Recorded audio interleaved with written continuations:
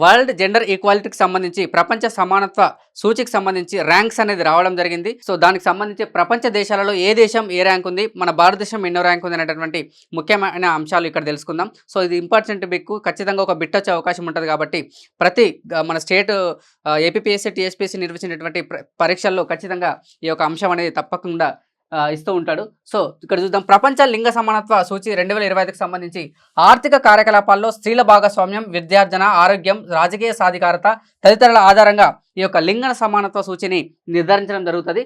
So 148 దేశాలకు సంబంధించి తాజాగా విడుదలైన సూచిలో భారత్ నిరుటితో పోలిస్తే 2 స్థానాలు వెనుకబడింది. గతంతో పోలిస్తే మహిళలు, పురుషుల ఆర్థిక భాగస్వామ్యంలో మన ఇండియా స్థితిగతులు చాలా మెరుగు కావడం జరిగింది. టాప్ 5 దేశాలు అంటే లింగ సమానత్వంలో నిలిచినటువంటి టాప్ 5 దేశాలు ఏందో చూద్దాం. మొదటగా ఐస్లాండ్, తర్వాత ఫిన్లాండ్, 3వ స్థానంలో నార్వే, 4వ స్థానంలో యునైటెడ్ కింగ్డమ్, 5వ స్థానంలో స్వీడన్ అనేది ఈ యొక్క టాప్ 5 దేశాలు నిలవడం జరిగింది.